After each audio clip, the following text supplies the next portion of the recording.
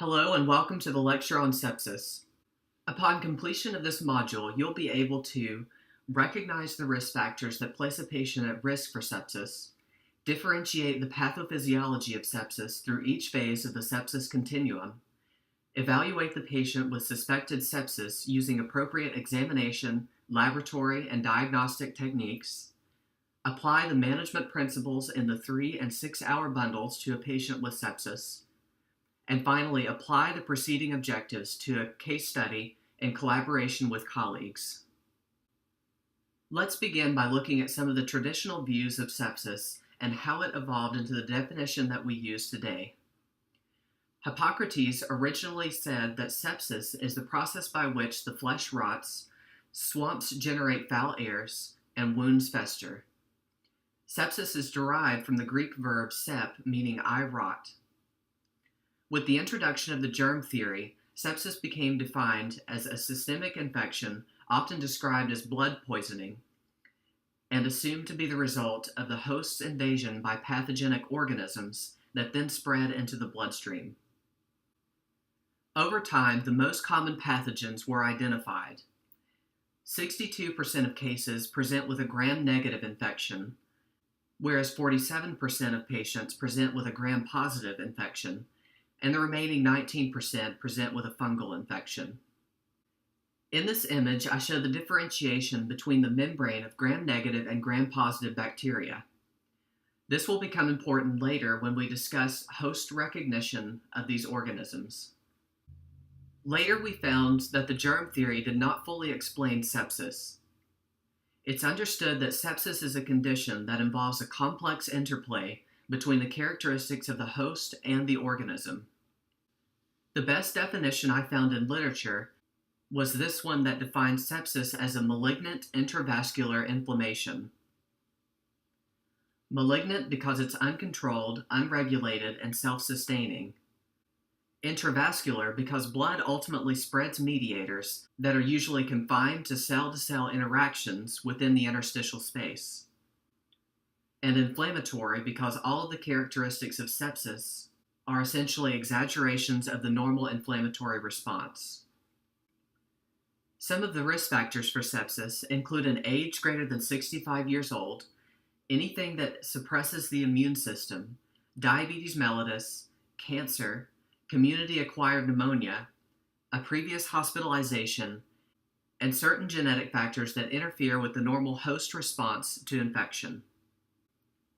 Sepsis can be viewed on a continuum from a condition referred to as the Systemic Inflammatory Response Syndrome, or SIRS, to septic shock.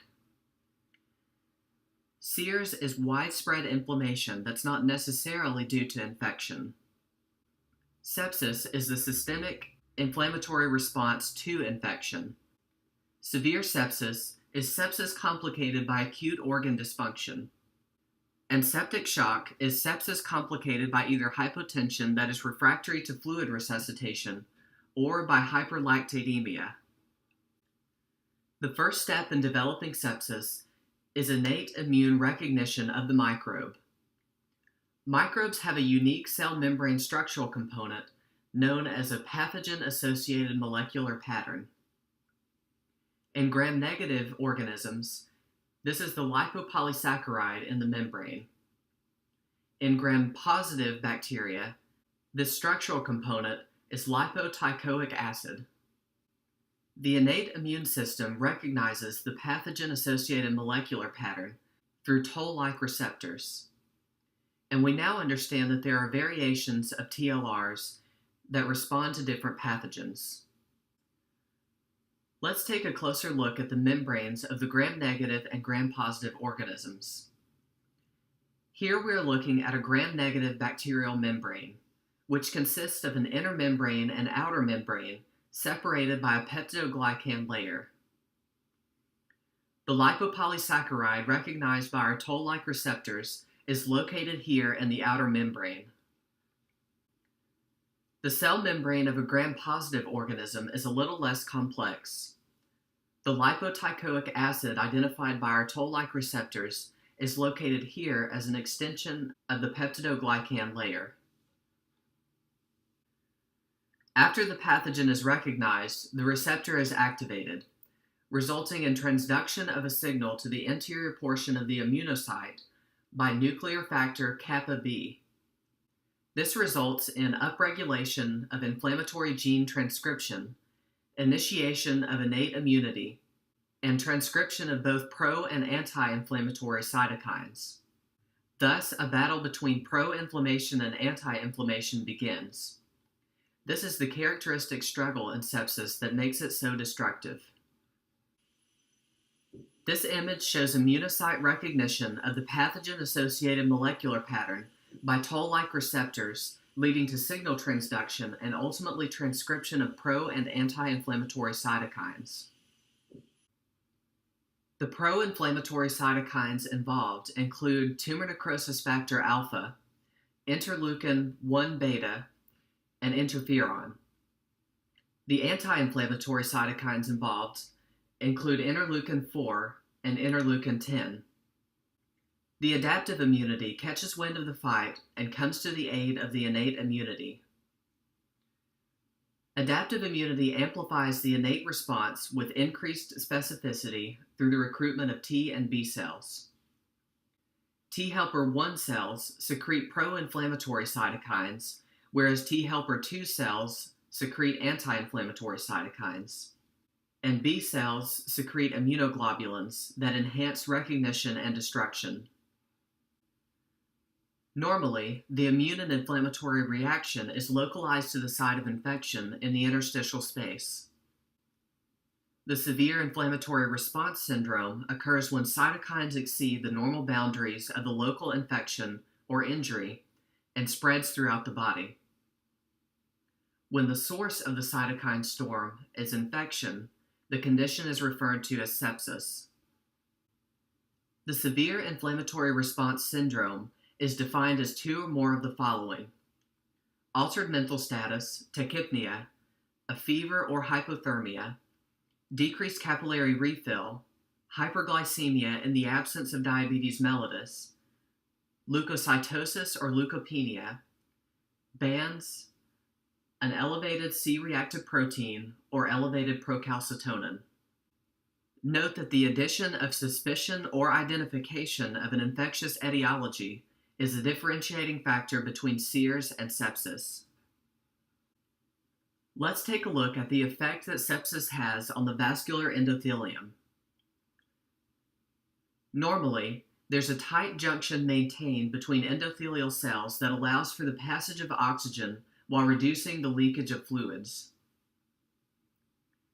This tight junction is maintained by a complex referred to as vascular endothelial cadherin.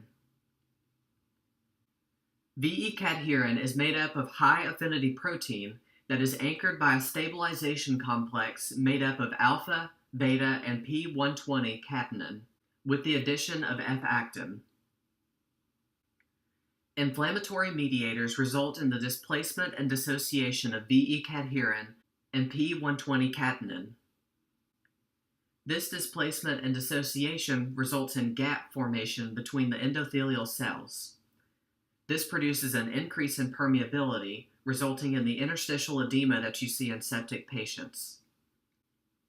This produces then an increase in interstitial pressure and thereby an increase in the distance required for diffusion of oxygen. The ultimate result of this is compromised microvascular perfusion. This image shows the destabilization of the VE cadherin complex, producing the gap between endothelial cells. As a result, fluid leaks into the interstitial space and widens the distance of travel between the vessel and tissue. Because oxygen cannot travel this distance, impaired microvascular perfusion results. In addition to destabilization of VE cadherin, pro-inflammatory cytokines activate endothelial cells, resulting in the release of more pro-inflammatory cytokines, procoagulant molecules, platelet activating factor, and nitric oxide. Procoagulant molecules and platelet activating factor in particular result in altered hemostasis. To specify these consequences, Pro-inflammatory mediators result in dysfunctional tissue factor pathway inhibitor, antithrombin, activated protein C, and fibrinolysis. These are involved in the normal regulation of coagulation. In addition to that, pro-inflammatory mediators result in activation of tissue factor, which activates the extrinsic pathway, resulting in thrombin formation and fibrin deposition. In a similar vein, activation of factor VI activates the intrinsic pathway, which results in amplification of the extrinsic pathway and increases thrombin formation and fibrin deposition. Here's an image to help you recall the coagulation cascade. I've shown a variety of factors associated with regulating the coagulation cascade in red. These are the factors that are dysfunctional in the sepsis syndrome. As a result of these alterations, there's excessive fibrin deposition, resulting in microthrombus formation. This further worsens tissue perfusion by reducing the amount of oxygen that can travel to the tissue. Because of this double hit to oxygen transport, severe sepsis will manifest. These manifestations include hypotension, oliguria, acute kidney injury, acute lung injury in the absence of pneumonia, thrombocytopenia, hyperbilirubinemia, and an elevated lactic acid. The lack of oxygen diffusion due to interstitial edema and microvascular thrombi results in anaerobic metabolism, causing the production of lactic acid. In sepsis, there's also coincidentally inhibition of pyruvate dehydrogenase in the liver, which results in decreased lactic acid clearance. The net result is lactate production that exceeds consumption. I provided this image as a reminder of cell respiration. In glycolysis, a glucose molecule is broken down into two pyruvate molecules, which is then converted into an acetyl coenzyme A molecule, which goes into the Krebs cycle, and finally the electron transport chain for the production of adenosine triphosphate, or ATP. This image shows the conversion to anaerobic metabolism, where pyruvate molecules are converted to lactic acid under the influence of lactate dehydrogenase. Lactic acidosis has a variety of effects on cellular function. This includes attenuation of the cardiovascular response to catecholamines such as norepinephrine and epinephrine, decreased cardiac contractility, myocardial sensitization to arrhythmias, decreased cardiac output, decreased blood pressure, and ultimately decreased tissue perfusion. At this point, there have been 3 hits to oxygen delivery: interstitial edema, microvascular thrombi, and lactic acidosis. Without oxygen, cells cannot produce enough ATP to maintain normal sodium-potassium pump function. This results in an influx of sodium into the cell, resulting in cellular swelling and apoptosis. This image reveals the dysfunction of the sodium-potassium pump with the influx of sodium and resulting cellular swelling and apoptosis. Just imagine the ramifications this process has on a macroscopic level to the tissues and organs of the body. At this point, the malignant intravascular inflammation produces septic shock, where hypotension becomes refractory to fluid resuscitation and lactic acid accumulates further. The ultimate result may be progressive multiple organ failure. In terms of sepsis diagnosis, Sears criteria can be identified through the CBC with bands, as well as vital signs and a blood glucose. Cultures of the blood and the potential site of infection should be done. Other labs to consider include a lactic acid, a C-reactive protein, and procalcitonin. Other diagnostics may be necessary to identify the source of infection. The most prevalent view of sepsis management comes from the Surviving Sepsis campaign. The primary focus, according to the Surviving Sepsis campaign, is aggressive management in the first 6 hours.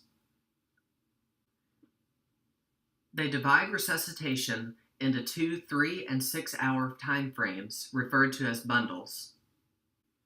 In discussing the management of sepsis, I've implemented the grade guidelines to show the quality and strength of evidence. The 3-hour bundle begins with the time of emergency department triage or from the earliest chart notification. The 3-hour bundle consists of drawing blood cultures, checking a blood lactic acid, starting antibiotics, and bolusing the patient with 30 milliliters per kilogram of crystalloid.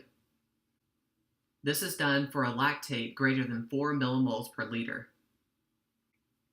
Starting the patient on antibiotics is arguably the most important step of the 3-hour bundle, because for every hour antibiotics are delayed, the mortality rate increases by 7.6%. The antibiotic choice should be guided by the following principles. Choose an appropriate antimicrobial for the suspected pathogen. Use combination therapy for neutropenic patients. Consider the setting in which the infection developed. Consider the medical history. And finally, consider local microbial susceptibility patterns. The crystalloid bolus of 30 milliliters per kilogram can also be given when there's evidence of hypovolemia with a central venous pressure less than 8 millimeters of mercury. Albumin should be considered if there are large amounts of crystalloid infused. After the 3-hour bundle, you'll want to administer vasopressors to a target mean arterial pressure greater than 65 millimeters of mercury. Plus, you'll want to do one of the following. Either measure a central venous pressure with a goal of greater than 8 millimeters of mercury, or measure a central venous oxygen saturation, or SCVO2, if the initial lactate level was greater than or equal to 4 millimoles per liter, with the goal of an SCVO2 greater than or equal to 70%. Also in the 6-hour bundle, you'll want to recheck the lactate to confirm clearance. If the mean arterial pressure cannot be maintained with crystalloids at greater than 65 millimeters of mercury, the following vasopressors should be started in this order. First, try norepinephrine, then epinephrine, with or without vasopressin. Then try dopamine in select circumstances, or dobutamine if there's myocardial dysfunction or continued hypoperfusion. Vasopressin may be considered instead of epinephrine if the patient is experiencing a tachyarrhythmia. Before we discuss vasopressors, let's briefly review receptor site activity. Beta-1 receptors are primarily on the heart, and activation of these receptors triggers the cyclic adenosine monophosphate pathway, resulting in smooth muscle relaxation and vasodilation. Alpha-1 receptors, on the other hand, are primarily in the blood vessels. Activation of these receptors triggers the inositol phospholipid calcium pathway, resulting in smooth muscle contraction and vasoconstriction. The vasopressor of choice in sepsis is norepinephrine. Norepinephrine stimulates alpha-adrenergic receptors, mainly in blood vessels, resulting in vasoconstriction, thereby increasing systemic vascular resistance or afterload. Norepinephrine also has minor beta-adrenergic activity, resulting in myocardial stimulation. However, it's important to note that acidemia blunts the response to catecholamines, thereby increasing the required dose.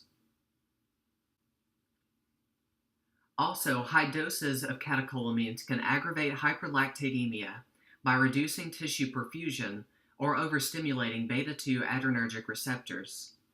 Therefore, careful dose adjustment is warranted. Epinephrine results in the accumulation of cyclic adenosine monophosphate, or CAMP, at beta-adrenergic receptors. This affects both beta-1 or cardiac adrenergic receptors as well as beta-2 or pulmonary adrenergic receptors.